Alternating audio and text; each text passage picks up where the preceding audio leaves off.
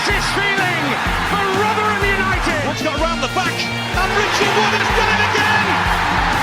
It's done. It's Georgie Kelly. Do me a favour, drop me off in Rotherham.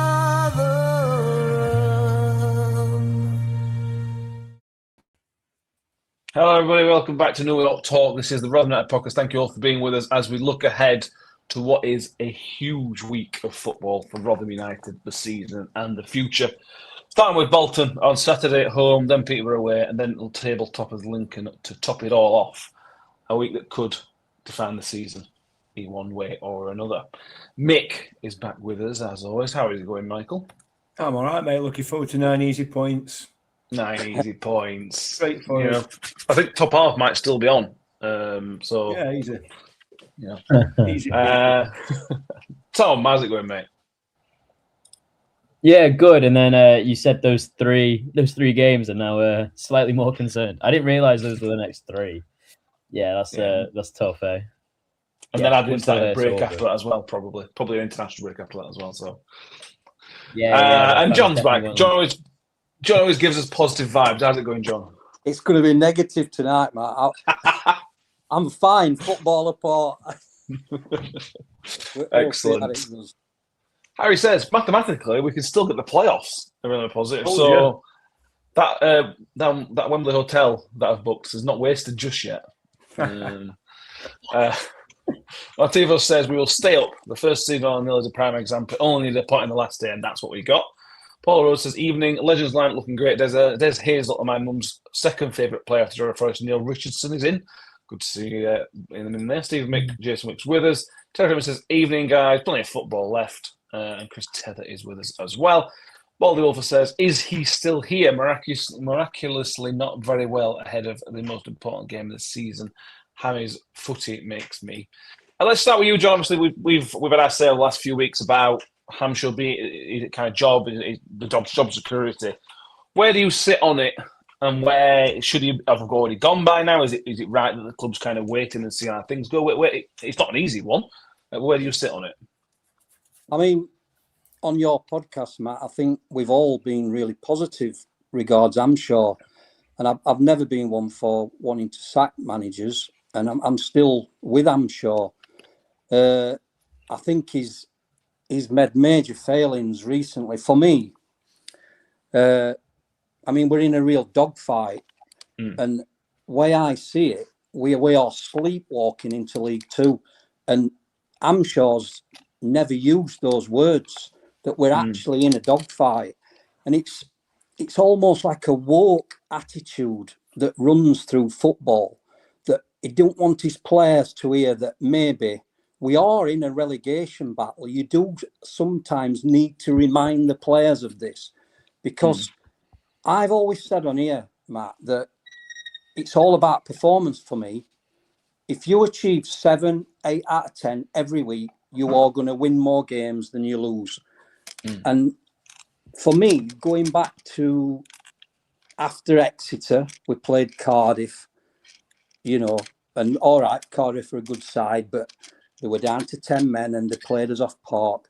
But since then, Donny, Burton, Bradford, Mansfield, they were all winnable games for me. And no matter what Hampshire says, them players, yeah, they're putting effort in, but I'm still waiting to see an identity. I mean, Hampshire's been in a job for 12 months now. He's in a privileged position.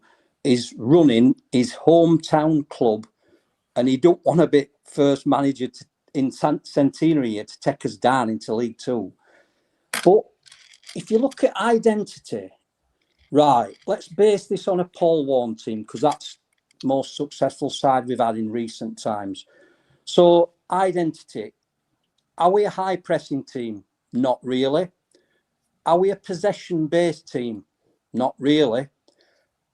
Do we play on counter? Not really. Do we get it out wide, attack people, get crosses in? Not really. Do we have any shots on goal? Not really. So I mean, come on. When's it going to come? This, I'm not having blaming injuries. I'm not, because other teams, and we are never going to be in a position when our full strength team is available. If you take Josh Benson for an example, he's got a tight calf. Well, has he tore it? No, it's tight. Well, let's loosen it off then. Let's get him running about and let's get him playing. It's pathetic, really. And I'm really positive, but I'm starting to think you've got to put more pressure on your players. You've got to give them responsibility for this. You know, and behind the scenes, maybe, I'm sure, you know, banging doors and throwing cups of art, I ain't a clue. But certainly with teams coming out, they're not playing. I mean, when I was last on here, Matt, we'd got 20-odd games left. We're down to 11 now. After this week, we'll be down to 8 games. We could seriously be in, you know, deep shite come end of next week. Yeah. And, you know, these players have got to take responsibility. Somehow, you've got to put some pressure on them. Yeah, absolutely. I think the problem could be, like John says, Mick, we're in this relegation fight. This is where we are, 35 points, 3 points from safety. It goes back partially to the recruit in the summer. This squad was not recruited for a relegation fight. No. This squad was recruited to finish 14th or 15th, have a quiet, nice season, and then we move on to next year. This squad isn't ready for a fight, I don't think. I think there's some good players in there, and there's probably some good characters in there. But as a group, I don't think they're ready for what's about to come over these next 10 or 11 games. If that is the case, why are they professional footballers? Surely pick another job. You might be good at football, but if you've not got the attitude and balls for a fight, then you're in the wrong job. Yeah, it's as simple as that, isn't it? But do you think this squad has that though? That's got to be instilled in them. They're very young. They're very young, and they've been brought up in an environment in a world where where aggression and fight and, for the want of a better word, bollocks are not attributes that people are supposed to have anymore. And so it's got to be put into them. It's got to be instilled into them. They've got to understand the responsibility that they have to themselves, to the football club, to their employer, to the supporters. And I some of them have. Some of them put their heart and soul into it. Others can't be asked. And others, like John said, I think just don't have the heart. Don't have the bottle for the fight. And you know, we look back at Warney's tenure, and Warney was very, you know, the good people, good human beings, moniker that he was labelled with, which is great, and I was fully behind that. However, those good human beings also had the balls as well. They had the attitude. They had the fight. That was part of the character, though, wasn't it? That was part of being a good human being, wasn't it? It was. But he also had Richie Barker in their ears, kicking them uphill and down dale when they didn't do what they were supposed to do. I expected Woody to be that man. Maybe he is. And maybe 4 or 5 years down the line, we've got a different crop of young players' attitudes. I don't know. I don't know what it is. But they are in a scrap. They are in a fight. And somebody at some point is going to have to stand up and have the balls to take it head on. And we're not at the moment. We're not at all. And that's what's missing. Like you said, Mick, if we're in a fight, which we are in a fight, you've got to land a punch. Yeah. If we're in a fight, you've got to land a punch, and we're not landing any punches. Yeah. No, absolutely. And that brings me to the next point, Tom. I asked on Gab Sutton's podcast earlier, and I said that with what Hampshire seems to know the last 4 or 5 games is to shut up shop. Is trying not to get beat up.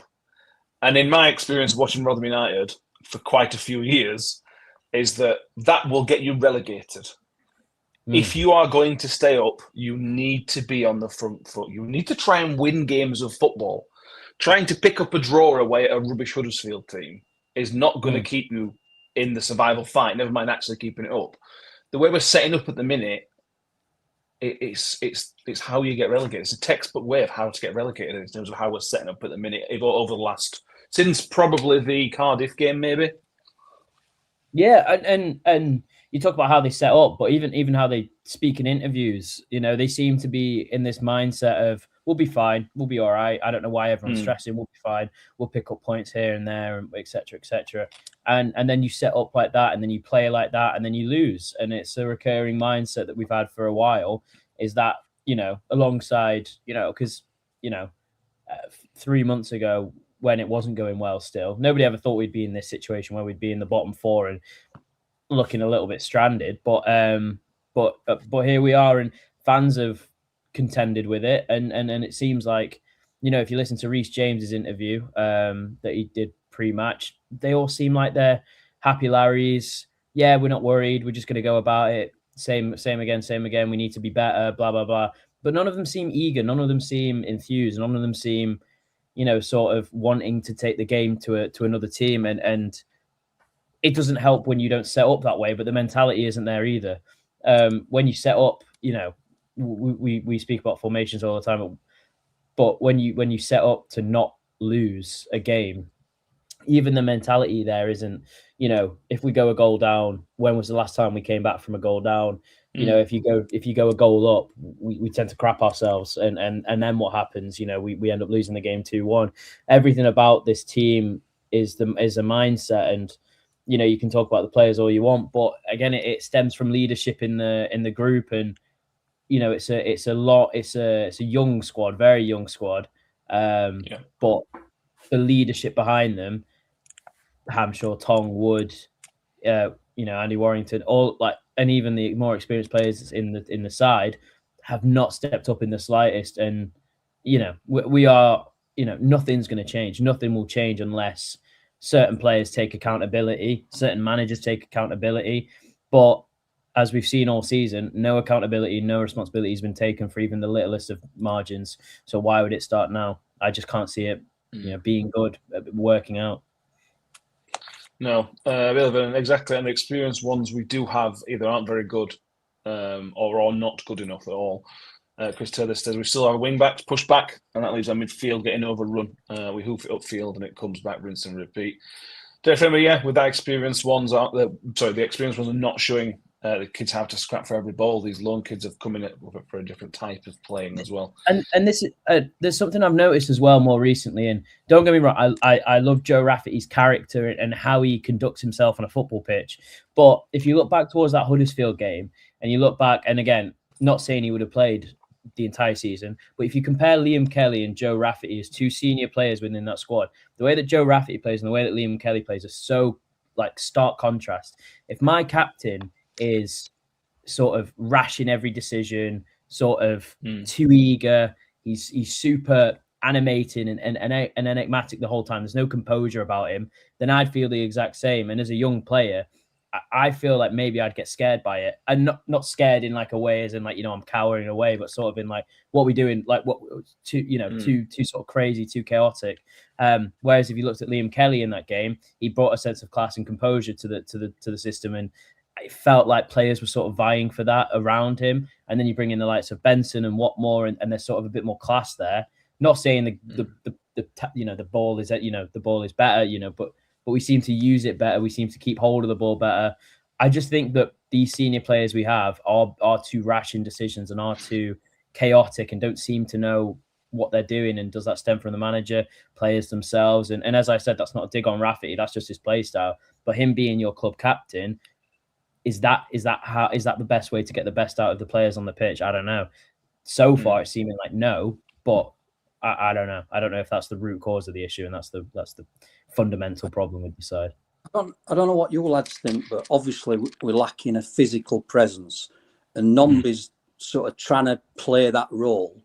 And now it's got to a case where Nombi's trying to get on end his own flick-ons, and it's ridiculous. And if I were going to go with a system, you've got to find a system that works the players we've got. And at the minute, I see Gray as wide left. I'd play Nombi wide right. I'd bring Bianchieri in to play down middle because he's at Man United. He's same as Dan Gore. You're not at Man United if you've not got a bit of something about you. So I'd play him down middle. You've got to get rid of this hooking ball up, up in air. Get it into feet, for God's sake. It's not rocket science. We're going to have to play a different way by the time Ugle comes back, I never thought I'd be saying I want Ugle back, but by the time he comes back, it's going to be over anyway. So you've got to find a way of playing with these players and knocking it up to Nombi for him to flick it on for himself to try and run under it is not the way forward. And that's why I'm disappointed with Amshaw, because these are basics. Us as fans, we can see it. And it's frustrating, because why aren't they doing it? Why aren't they trying something different? Games are going by. Like I mentioned, these last 6 or 7 games, they were all winnable games. And if ever there were a game, a snatching defeat from the jaws of victory, that was the one on Saturday, Huddersfield. Even the Huddersfield fans, it kept showing you in crowd. They thought we ain't going to win this game. And they did. And you think, I'm not going to bore you, but my Saturday loser looks like this. If Rotherham at home, I said goodbye to my missus in the morning. I'll see you at tea time. I haven't been going away much lately, so I'd get back later if I were going away. So I normally see her about tea time. So I get sat down for the game, pre-match nerves, as you do. And anyway, Mrs. turns up. I thought, what's she doing here? Anyway, she comes in bloody living room, sits us down. I says, what are you doing? She says, I'm watching match. I says, well, likely. Anyway, she watched match. Anyway, she went out before Huddersfield scored, and she came back in after the game. She says, are they gone on? I says, bloody lost 1-0. And she says, do you know, you want a medal as big as a dustbin lid, you, for watching that shite. And she's not a football fan, but she'll watch football. And for her to see that, do you know what I mean? This is where we're at, isn't it? It is. Every Saturday afternoon, my missus will go, why don't you just support another team? Just support somebody else, it's fine. I know. I'm in too deep. Let's just go into it. Like I said, it's time to face reality. We're in the relegation fight. There's none of this, we shouldn't be happy with finishing 20th. We have all got to be happy with finishing 20th now. That's where we are. That's where the situation is right now. Let's use the good old 50-point mark, because I think that's, in any league other than the Premier League, the 50-point mark is generally a pretty good one. It could be a bit higher this season because it's a pretty competitive league. Rubbish, but competitive. So it could be a little bit more than 50 points. But I'll run you through. We need 15 points, Mick, to get through to safety. Let's just call it that. It's easy. So 5 wins. We need to win at nearly 50%, which is obviously very doable. We start with Bolton at home on Saturday, Peterborough away the Tuesday, Lincoln away, the Saturday after. Scheduled to be Luton at home the Saturday after, but that's the international break, so it could change. Stevenage on Good Friday, Port Vale away on Easter Monday, Barnsley then at home, Wigan then away, Leyton Orient away, Reading at home, and you finish up at Wickham on the final day away. Is there 15 points in those 11 games? That is the question right now. I'm struggling to see 3. I know. Yeah. If I'm honest, the way that we're playing at the moment, there's easy 15 points in those games. If we could string 5 90-minute performances together, we haven't strung 5 together all season. So, we haven't strung 2 together all season that I can recall. So it's a big ask, yeah. It's a big ask, and it's frustrating, it's disappointing, and all those things. But we're at the situation now. We're in the situation now where we've just got to hope that we can drag something out of it, which is ridiculous. It's a ridiculous state of affairs, and it's not acceptable. It ain't acceptable. So I don't know. I don't know where it's going to come from, mate. I'm not feeling very positive, am I? I'm not being very positive at all tonight. But I'm finding it really hard. Last Saturday knocked stuffing out of me a little bit, I think. Well, a lot, to be fair, because and I've said it a few times this season, they were bad. Nobody came close to being as bad as Huddersfield were on Saturday. Not even us at times this season. You know, nobody. No. And to walk out of that stadium having lost that game, it's unforgivable because we didn't lay a glove on them, and they were garbage. And the Huddersfield fans will accept that as well. It's not, I'm not saying anything that anybody disagrees with here. Anybody else in the stadium, arguably, they were absolute garbage, and we never laid a glove on them, attacking wise. And I don't understand. And it has to. I can't. The only thing I can think of is what we talked about earlier on, and that is that they just the will, the desire, the aggression, the energy to get something out of a game is simply not there. And I won't look. I've like John said earlier on, I've backed Matt Amshaw all the way this season, but this is on him at the moment.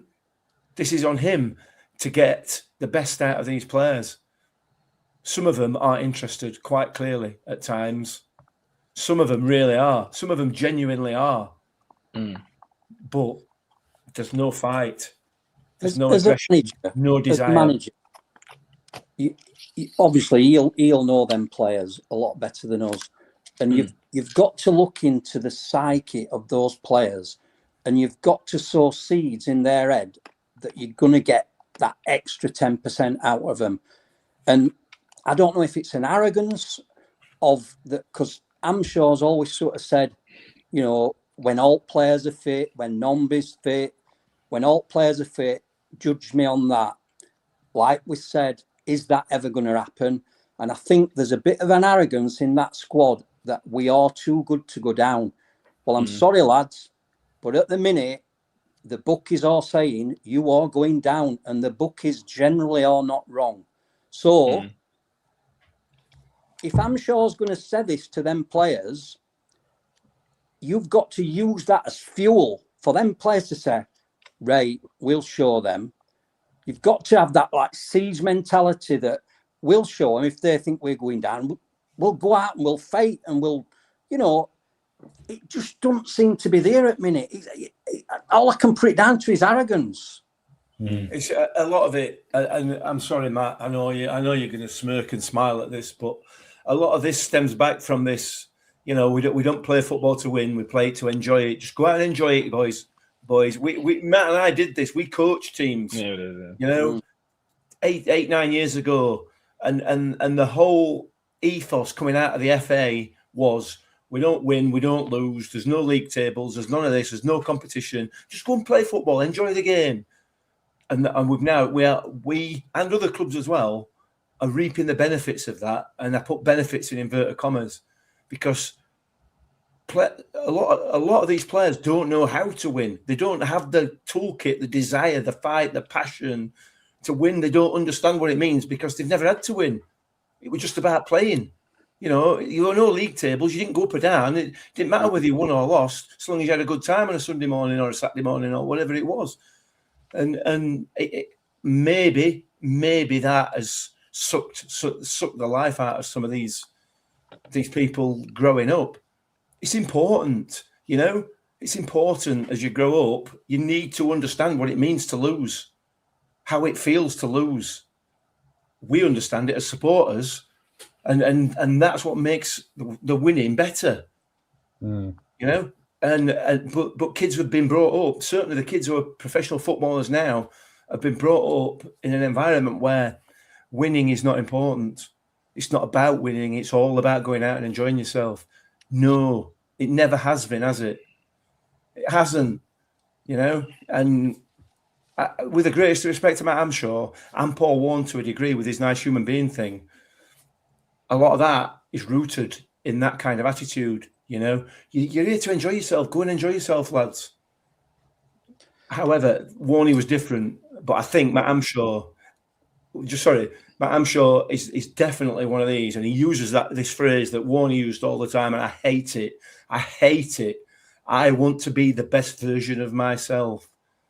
I hate it because it's just nonsense, but it all stems from that sort of attitude towards football and towards sport. The difference between Warney and Hamshaw is that Warney did say that a lot, and he talked about the good human being side of things a lot. And Hamshaw obviously says some sort of things. Warney was smart enough to realise that you can't just have nice guys. No. You've got to have Dan Barlaser. Dan Barlaser was brilliant, but he was obviously on the pitch not a nice guy. He had a right edge to him, and he was the classiest player on the pitch. You had Woody up top. Michael Smith were a right so-and-so on pitch. Mm-hmm. So he talked about these nice human beings and being the best version of yourselves, but he constantly brought in these players who just had an edge to them, who were just horrible footballers to play against. Whereas Matt Hamshaw's done the complete opposite. He's still using that kind of tagline of being good human beings, the best version of yourself, but with nobody with any edge. Who on those teams has got an edge to him? Maybe Joe Rafferty. Maybe. Who else is there? Dan is young. But he's young though, isn't he? He's not got that experience to know where the lines are and things to pick up a team and drag them across the line, like those three players that I've just mentioned. He's made a series of really naive errors, Matt Hamshaw. He's seen what Warney's done and watched what Warney's done. It's like he's maybe not understood it. He's trying to copy it in a really poor way. I accept he's had his hands tied behind his back financially. I get that. But the type of players that he's brought in are, well, not what you need in a relegation fight. Put it that way. If you look at Hamshaw, he should be taking them players on a journey. And let's just pluck a name out. Brendan Cover, right? We signed him. He's our player. We signed him from Leicester City.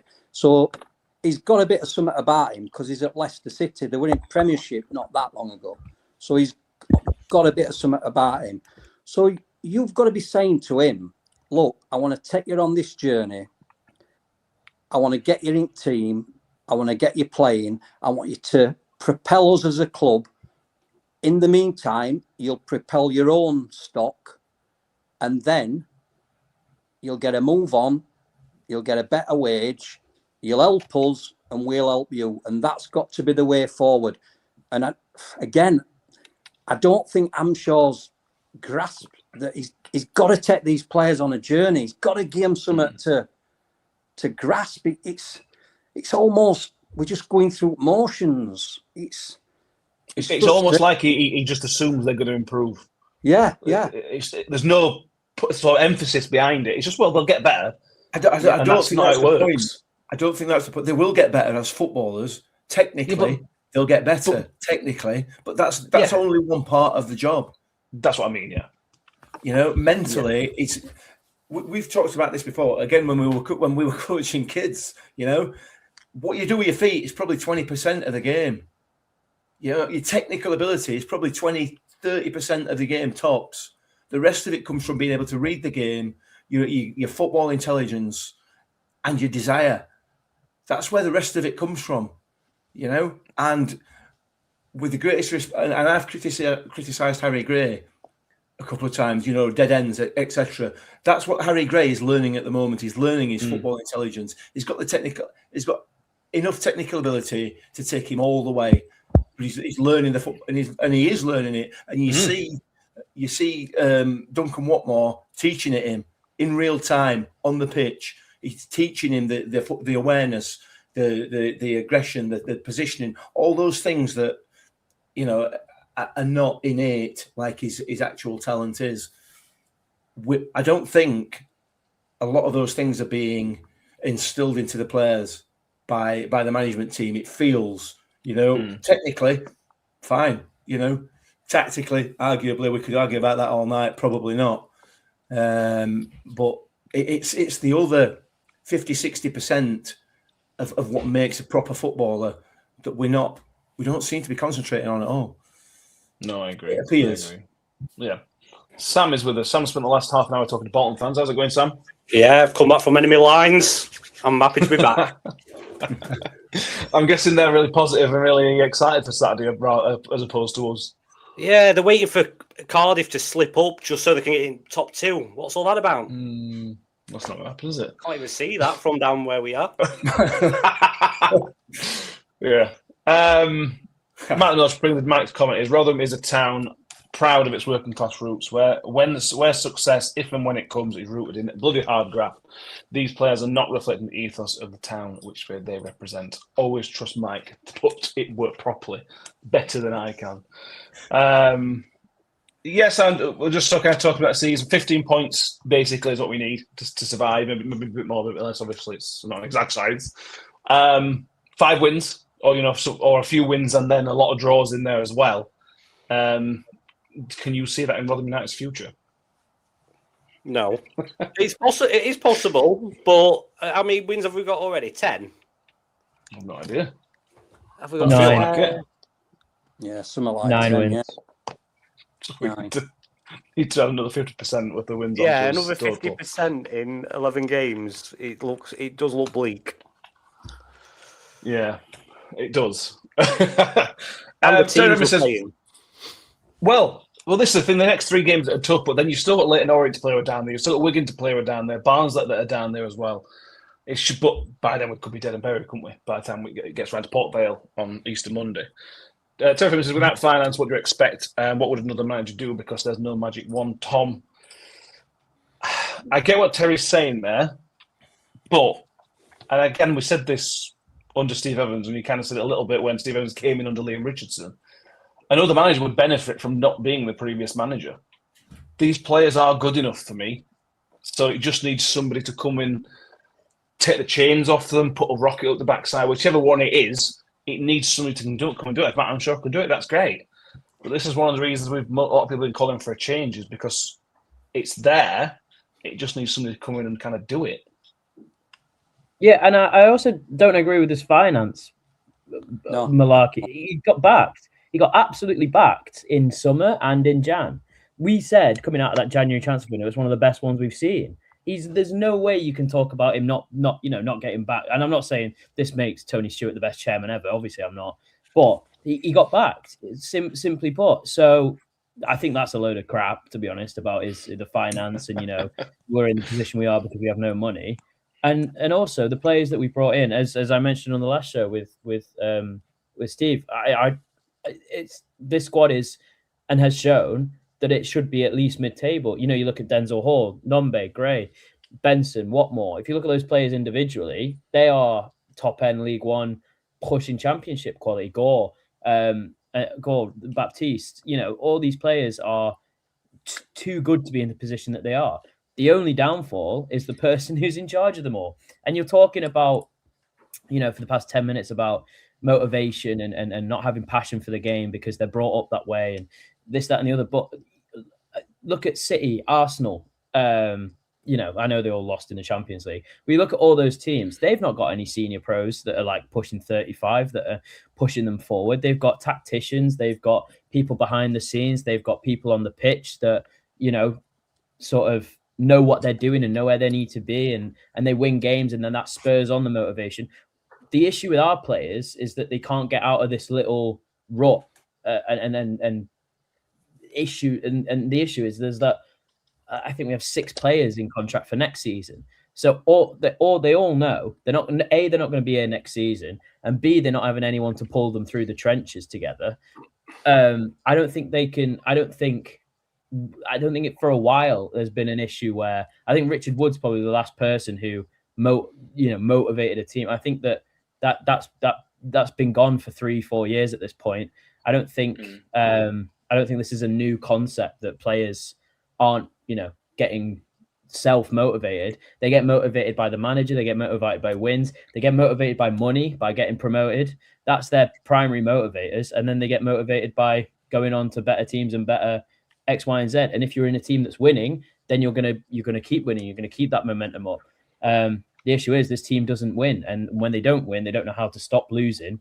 And then when they don't, and then when we do win, we don't go off the back of it.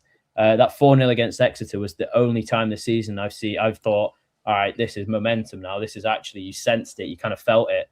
And we played Cardiff the next game and got trounced. So that immediately brought you down to square one. I just think these players know they're not going to be here next season. They've got nothing to lose. Even the ones that you think kind of fight for you, you know, your Rafferty's, your Gores, they know they're not here next season. And the players that are here next season aren't getting a chance. So it's it's across the board, really poor. But as I said, you know, football players in general, I don't think get motivated by themselves. They get motivated by ulterior motives, and those ulterior motives are not, you know, sufficient in this day and age for us. You know, they don't have someone on the pitch screaming at them like a Roy Keane or a Richard Wood, you know, sort of character. They don't have a manager. You know, Paul Warren was a motivator more than anything. He was nowhere near a tactician. He was a motivator. You know, you don't have someone who is, you know, you don't have that bonus of, well, we're here next season, so let's try and stay up this season. There's nothing tying these players to this club. There's nothing tying these players to this town.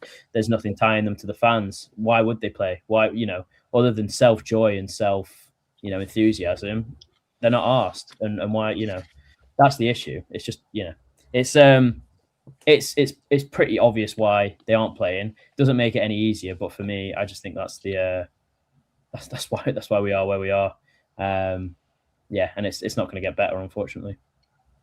I agree with Tom. I think he has been backed, and if you were to ask Stevenage, Wimbledon, if they could have same backing as what Amshaws had, they'll bloody snatch your hand off. Them squads will not be on note like what our players are on. So again, I'm still for Amshaw, but I want him to change. His demeanour doesn't fill me with any confidence. His favourite saying is, I don't want to play the same old record. Well then, don't, Matt. Change bloody record. And that one's on me. Well, don't put it on you. Put it on players. Because they're certainly not doing out by you protecting them. So put some shite on them and let's see if that gives them a kick up backside. We've got 11 games. Let's go out swinging. We've got to go out swinging. We don't want to sleepwalk into League Two, for God's sake. You know, I know I'm repeating myself, but it's frustrating. Yeah, if you're going to go down swinging. That should always be the case. I'll stick with you, though, John, that obviously Matt Hamshaw's still here. Is it now too late to make a change anyway? Was it this week the change, or is there still a time with the potential international break coming up? Are we where we are in terms of management and players for these 11 games, or could you see something changing? You never can say never with Tony, but in my darkest hour, and don't get me wrong, I want Amshaw to succeed, and if we could stay up, like you've said, Mick, Amshaw would be a much better manager for the experience of this next season. But I sort of thought about who could we replace him with, and I was thinking about chairman dipping his hand in his pocket, and I was trying to save him some money, and I came up with Darren Ferguson because Dale Tongs worked under him before, and I thought if I were going to swap Amshaw, that'd probably be the bloke I went for, Darren Ferguson. But I don't think it's going to happen. In a way, I don't want it to happen because I want Amshaw to succeed, but we're going round in circles. He's got to change. He's got to change his attitude, demeanour. You know, it's frustrating again. Yeah. Yorkshireman 7879 says, "Watch Tom. He looked and sounded finished." I mean, if that's the way he looked, it is the way. It is that way in the dressing room. I did think that as well. He didn't look very happy, did he?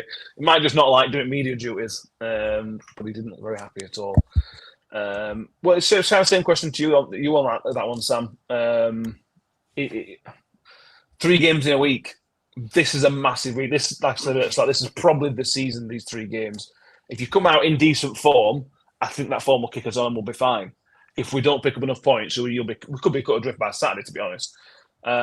So does that make it far too late to do anything either way? Anyway, I would have said it is too late, but now I think about it, if you had someone in place, you look at how many teams get a new manager bounce, which lasts probably as many games as what left of the season.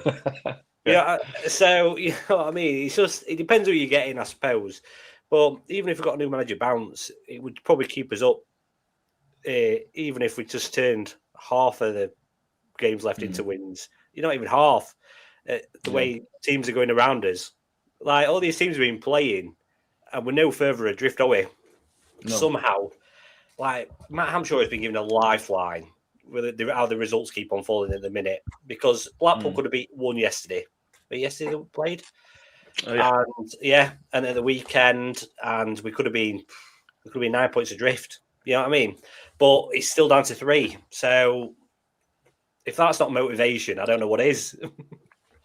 No, and that's the beauty of a relegation fight, isn't it? If you can somehow win a couple of games, you'll find yourself in a really, really good position. I just don't know a Rotherham fan that backs us to get a couple of wins. Certainly back to back in this little bit of fixture we've got. Let's talk a bit about the Bolton game. First of all, please make sure you've subscribed if you haven't done so already, and give the video a thumbs up as well. No scouting report, but we will be back on the instant reaction on Saturday, earlier than normal, but it'll be an early kickoff again, which nobody likes because it ruins feeding time, but that's fine, that's life. We're going into Saturday, Mick, and there is illness in the camp, or there was illness in the camp on Wednesday. You'd hope that's subsided by the weekend. Del Tong didn't suggest it was a kind of a serious thing. So hopefully that subsided before the weekend. But Sean McWilliams out, and Tom will love. I'm sure Tom listened to that. When I asked what was wrong with Sean McWilliams, they don't know what's wrong with Sean McWilliams. They're still getting to the bottom of it. Was the quote, which is just. You with that. You can't be arsed. That's what's wrong with him. Yeah. Wow. Dan Gold's 50-50. Josh Benson's 50-50. Joe Powell probably back in the squad. Help me out, guys. Somebody else were injured as well. Denzel Hall's not back. Timmins Douglas is not back till the end of the month. Harry Gray's all right. Gray were a knock, can he? Yeah, Gray was right. Had a kind of dead, played with a dead leg basically on Saturday. Yeah, they'll probably inject him and not let him train all week and then play him for a game. So that leaves us with not a great deal of options, Mick. But Joe Powell is back. That's a positive thing. That basically is kind of formed previously.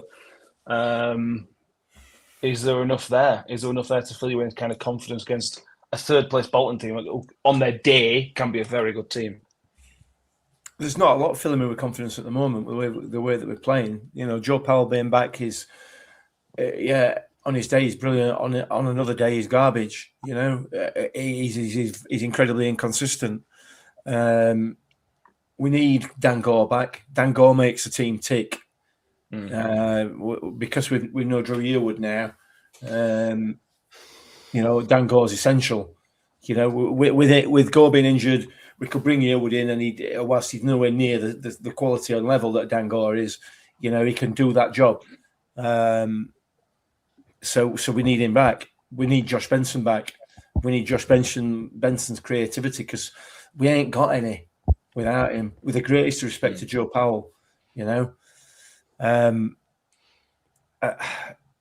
know. I don't know what I think. It doesn't fill me with much confidence. No, I've only seen Bolton once this season when we played them at their place, and they were very much like they were under Everett, all style and no substance. And I'm assuming the third division. That is no qualification for being a good team in this division. It just isn't. Having seen Huddersfield, who are fourth or fifth now, or whatever it is, it's definitely not a qualification. They've sneaked results like against us, when arguably they might not have done under normal circumstances. So they're not a team to be frightened of. I don't give a monkey's what the league position is. They're not a team to be frightened of. They get atable, if that's a word. But we ain't been getting at anybody, have we, apart from Exeter? So yeah, I don't know. Do you think it's time to pull Martha out and probably give Bianchieri? Yes, 100%. But the problem is Martha's been playing midfield, and Martha will have to play in midfield. We haven't. So I agree. I'd like to do 4-3-3 with Biancheri, Nombe, and Gray. Yeah. But Martha can play midfield and has been playing midfield. So who would be a midfielder instead of Martha? You've only got Liam Kelly. That's it, I think. Well, there's Kelly. Powell will come back in. Yeah. And hopefully Benson will play out. I think they might be just probably not saying he's and fit. Watmore. You could put Watmore in there as well. Yeah. It's like a 10. You could play Watmore as a 10 kind of thing. Yeah. Yeah, I'd certainly like to see some more of Biancheri. Certainly more than 5 minutes a pop that he's getting in the minute. If you drop to a 4 at the back, then it gives you options. It absolutely gives you options in that midfield with Powell, with Benson, with Watmore, with Martha. Who else is in there? Who else we got in there? Nobody. I think Gore, Dan Gore, hopefully. It gives you that option to play a little bit better. We've got Sousa, who we've not seen yet. And the other lad, Cover. We've got the players that we could put in there, but look, he's got to be aggressive. He's got to be aggressive with his team selection. He's got to be aggressive with his tactics. And when the players cross that white line, they've got to be aggressive on the ball and off the ball. Yeah. Martin Miller says, has Martha been playing? Sorry, must have missed that. When was that? A lot of people seem to miss my joke about Martha's form being the reason he's got back into the Curaçao squad. That seemed to go over a lot of people's heads. The joke is he hasn't been informed. That was the joke. Yeah, he's going to get in for a South squad. There's a squad of 25 and there's only 30 people live on Ireland. Two of them are his mum and dad. Billy Bennett says at least Bolton have a style, which is true, which is very true. God, yeah, but please don't bring that style to us. Schumacher's all right. They scored 3 goals in 6 minutes last week, 3 goals in 7 minutes against Wickham. Come from 2-0 down to win, so they've got substance as well, as it turns out. But Tom, home games. We'd all know our away form of the last million years is well documented. So that means you've got to be positive at home. We can't play like we played against Huddersfield, like we played and again on Saturday for me. Especially when you're at home, you've got to take the initiative. You've got to be aggressive. You've got to be on the front foot. Would you put a fiver on us being on the front foot and aggressive? No way. Absolutely no. Their issue, Bolton's main threat was that they were just so good out wide. They just killed us for pace every single time. And if you think that Hamshaw's going to turn up on Saturday and go, let's get at them, let's leave them loads of space in behind, let's leave them to hit us on the counter, it's a joke. It's so conservative, because even if we were like playoff space and you play Bolton at this time, you wouldn't play that offensive, because you know that they can hit you on the breaks. They've got like some of the quickest players I've seen at this level to hit you on the break, and we've got Rafferty and James. Like the matchup is just so it just doesn't match up. So they'll kill you. They'll kill you on the counter for pace, and that'll be it. They'll get they'll get 1, 2, 3 chances in behind, and it'll be done. So I don't even think this is a case of, it's Bolton and they're high up and they're, let's be conservative. Let's try and not, damage or whatever our chances. I just think it's a case of that's how they play. They play with pace out wide, and we'll get ripped. So he's going to sit 5 behind the ball, 6 behind the ball, 7 behind the ball, because he doesn't want to exploit that space in behind. That's going to allow him to play football at home. The fans are then going to turn on the team, and then it's just going to end messy. I'm super cautious about this game. I think Bolton can absolutely tear us a new one, and I don't even think they're very good defensively either. I think we were it was 1-1 at their place until Thomas Holmes stepped on the pitch. So I think we were good. We were good. Good form for money for that 1-1. And it's because they can't really defend. But they can attack and we can't defend. So yeah, I think if they get 1-2, it could be ugly. It very much could. There are fixture lists obviously on Saturday. Doncaster host Blackpool. which is a huge game for the bottom of the table. That's 3 o'clock kickoff. Leyton Orient host Peterborough, as we go to Peterborough on Tuesday. Northampton, who've just sacked their manager, they have made a change by sacking Kevin Nolan. They host Burton Albion. Port Vale, who are probably out of it, but they host Huddersfield Town. And Wigan host Bradford. So there's some games in there as well. Yeah, it's not going to be fun, probably. But you never know. This could be one of those days. It could be one of those moments when you have a run-in, but it's promotion and relegation. If things do turn out a positive way, there tends to be a game that changes it, that turns the fortunes round, that the fans rally behind and the players rally behind, and you can move forward from it. None of us kind of think that it's going to be Saturday. But football's a stupid old sport, isn't it? We've seen stupider results than Rotherham beating Bolton. By the way, our record against Bolton at home is spectacular. Really, really good. We haven't lost at home to Bolton since 1966. They're nervous. I've just been on their podcast and they kept on talking about it. 60 years. They're nervous. Like, have you seen us play? Guaranteed 3 points. Yeah. Yeah. The thing is, you go back. We're going back to statistics side of things. When Warren were manager, he always sort of go on attempts on target, and they were always up around about 17 to 20 attempts. I mean, like we've talked about these last 10 games, we haven't had 2 attempts. So if you're going to take it back to basics, you've got to get crosses into the box, but then you've got to commit people into the box to get on end of them. You can't just rely on being one person in box. I mean, these are absolute basic things that seem to be getting missed by Amshaw and Tong. It's weird. I can't weigh it up. You've got to get them deliveries into the box. You've got to have shots on goal. You've got to work their goalkeeper. And like I said, if you don't do that, Bolton are going to win game because they will make less mistakes than us because their position suggests that's what's going to happen.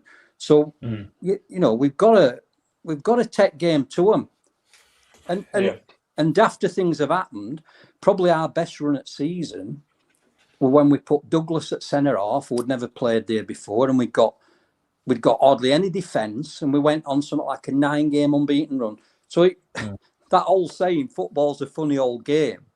It certainly is, and it would not surprise me one bit if Rotherham beat Bolton and Lincoln. It wouldn't, because that is the Rotherham United. Of all the years I've watched them, they're going to something as daft as that. But and then lose to Port Vale. Yeah, exactly. Yeah. This is one of the frustrations I had with Matt Amshaw, because and this is my problem, not his. Well, it's never going to be his problem, is it? But this is my problem. I expected a similar style to Warney. I expected that high press. I expected balls in the box. That's what I expected. And if you play like that in this division, I don't care. None of these teams can play out for the back. They can't do it. I keep saying it, and it's true. They will continue to make mistakes if you press them, and we don't press. And we've now got the pace. We've got the pace in Harry Gray. We've got the pace in Sam Nombe. Not necessarily with Watmore, but if you bring Bianchieri in, that's 3 players up there with pace. If you press, they will make mistakes and you will create opportunities. If you put the ball in the box, you'll score goals. That's basically how Paul Warren worked. You press high, get the ball in the box. The thing is with those things as well, what you just said then, you don't need good players to do that. No. You don't need great players to press. But you don't need intelligent players. You need intelligent players. But everyone should be teachable to press. Footballers should have enough of a footballing brain to understand how to press and to understand to put the ball in the box. Yeah. You don't need Joe Powell, who's meant to be really good at free kicks, or Dan Barlasser, who's amazing at free kicks. You don't need that if you're going to have a plan. But we don't do that either. I'd love I'm sure to kind of sit down and explain the plan. He's never really pressed on it or pushed on it too much. No. I get Raiders if they don't watch every game. So if they don't watch every game, they can't kind of fire back a little bit.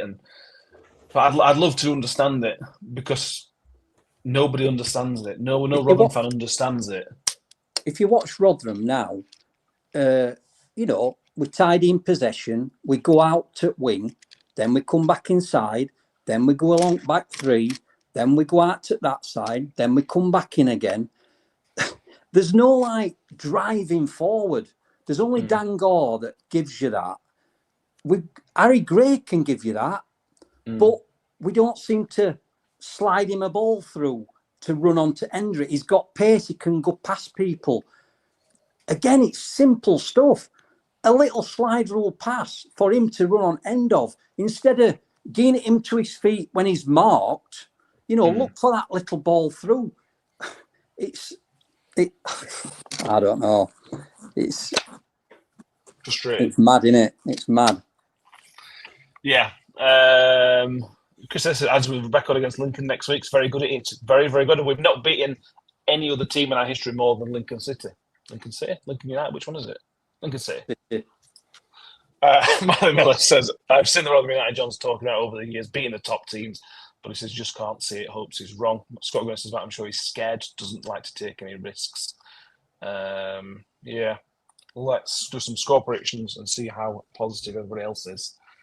Probably not. Starting with Mr. Thomas Eyre, who bagged full points last week, predicting a 1-0 Huddersfield Town win. I haven't done the table, but Tom will be within a point or two at the top of the table. It is very, very close with Sam, Tom, and Kev. Grow up, Tom. I'll try and do one for that probably after the Lincoln game. We've got so many games, so we'll get this runner fixed out list, and then we'll see what the running is for the belt. Mick's belt. Mick's not mathematically out of the running, but he is out. Yeah. So, Tom, are you going to go back to back? I'm going to go 2-0 Bolton. I just think they'll have too much. I honestly think that they're a good side. Last season, this season, I think I like Schumacher as a manager. I just think if you face him at any point in a bad run, you're going to struggle. So, yeah, 2-0 Bolton. Yeah, the thing is about Stephen Schumacher's teams, particularly what happened at Plymouth and what is seen to happen at Bolton is they do not give up. They will go into the last minute, and they showed that last week against Wickham. That Plymouth team was an absolute cowbag for going to the end, and that's what won. I think they won the league under Stephen Schumacher that time around. This Bolton team are getting that trait as well, and that's a very, very dangerous trait for you to come up against. Even if you're 1-0 up in 90 minutes, you still could see it being thrown away against a team like Bolton. Really, really could. Mick, what do you reckon? I'm going to stay positive. 2-1 Rotherham. I thought you were going to 2-1 Bolton then. Nah. 2-1 Millers. Fair enough. Okay, fair enough. John, what do you reckon? Reason I'm at bottom at league is because every prediction I've had this season has been positive. Yeah. So that's why I'm down at bottom. But I'm going with Mick. I'm going 2-1 Rotherham. Right, okay. Oh, fair disaster. If John's going the same as me. Sam, fighting for the title. Don't let the pressure get to you, mate. What's your prediction?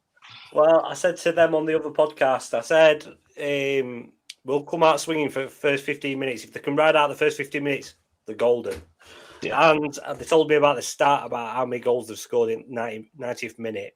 It's outrageous. So that don't fill me with confidence either. I said 2-0 to Bolton. Fair enough. I'm going to 2-1 Bolton. I think we'll go early, and then they'll just kind of put afterburners on and take it away from us, which will be interesting. It's such a poor league, though, isn't it? I mean, I know.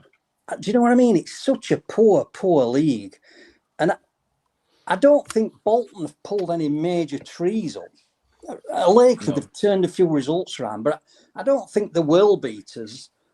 They're just kind of consistent. All you need to be in this league is consistent, and you'll find this. Look at Stevenage and Bradford, and just consistency will get you the world almost this season. If Rotherham come out and give an 8 out of 10 performance, which they're quite capable of, they can win that game. There's no question. We have got enough quality to win that game. But like Tom said, it's all about mindset, and Amshaw's got to find a way to fire people up to get them to come out, to scrap, to fight for these last 11 games, we have got to play as though, you know what I mean? They've just got to find a way. I agree. mean, I've watched Rotherham nearly 60 years, and I've made a promise to myself, and I've told my mates about it, so I'm going to have to stick to it. And I've said, if Rotherham go down to League Two, I ain't going. I said I weren't going to go in League One again, but I am definitely not going in League Two. So I'm under pressure here because it's my life. It's my bloody life. I mean, I might even have to talk to wife on a Saturday if I don't go. I mean, I dread to think about that one. I don't know what I'm going to do with myself. But... let's hope it don't come to it. Let's hope it don't come to that. Let's run through predictions. Chris Taylor says 2-1 to us. Scott Gunny says 4-0. Mike says 2-0. Bale says 4-1 to Bolton. Emilio R9 G says 2-0 to them. Harry says 3-0. Tony to pull the trigger. 3-1 loss, says Jaywick. Terry Femi says 2-1. Updick says 4-0. That's not the one I was looking for. Stephen X says 2-2. Instead of eating 3 pies instead of 3 tacos. Terry Femi says, tried his first Terry chocolate orange today, and it's mine. Terry's a fan, which is good news. Good work, Terry. Anything else? Anything else you want to give us? We finished on loads of positives on Sunday. I did really enjoy that, so we will be doing that again in future. Is there any other happy news you want to talk about this week? Just laugh at anybody. Any other teams in South Yorkshire that have had a really funny week, or so we just leave it? No. I mean, if we do stay up, we certainly won't be bottom at league for a few weeks, will we? It's really sad, isn't it? It's really sad what's happening down there. I'm devastated. Yeah, I've been crying all week. I'm not going to lie. We had a moment of silence, me and my mate at work, and when the news broke about the points, we had a moment. It was just, really sad. Really sad.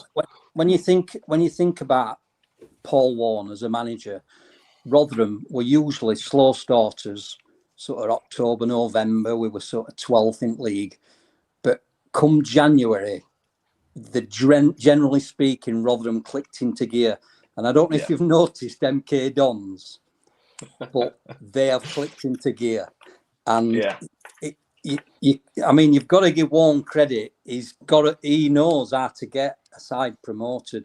And so my brother-in-law, Richie Barker was his best man, so I get to know a little bits but what were I going to say? I forgot. I've lost trace of my thought. Anyway, he's got a way. Seemingly, come January, he gets his teams into gear. Oh, that were it. So what it were is Wednesdays could possibly look at Paul Warne as a future manager, getting them back out of League One into Championship. Don't write that one off. Richie Barker's got links with Sheffield Wednesday. He used to play with him. Yes. No, they can't afford him. Well, we'll see. It's one of the reasons why we should have thrown something at a Paul Warne type manager this time. Let's stop it now. But let's. We are where we are. We are where we are, aren't we? And we are maybe lower down. Thank you all for being with us on these really, really miserable episodes. There is more than a 50% chance these episodes are going to get more and more miserable over the next, 8 weeks, less than 8 weeks of the season. We've got 6-7 weeks left of the season. And then we've got an early exit from World Cup to talk about. All right, Jesus, come on. God. Negativity all around shop. We're going to win it. We're going to win World Cup. We'll talk about that in whatever. If there is going to be a World Cup. Well, exactly. Might be in England, It might host it yet. We'll see. What's more, we'll see. Thank you all for being with us. Make sure you've subscribed if you haven't done so already, and make sure to give the video a thumbs up as well. Like I said, we're back for the instant reaction, on Saturday, and then it's a 3-game week, so there'll be loads and loads of stuff out of the next week or so. Thank you very much, Mick. Thank you very much, Tom. Thank you very much, Sam. Thank you very much, John. And thank you very much, Sam, for doing the Bolton podcast as well. For doing Oh, I'm going on loan there, by the way. My agent is happier over there, so I think I might just stay there for the podcast full of smiles, were it? Yeah. Yeah, we're not used to that. We don't do that yet. Thank you all for being with us tonight. We'll see you all next time. And as always, up the Millers. Millers. Here comes for more. 2 for Jensen, 2 for Rotherham. Shoots! Ravel. Vicious, but brilliant! The sweetest feeling for Rotherham United. What's got round the back? And Richie Wood has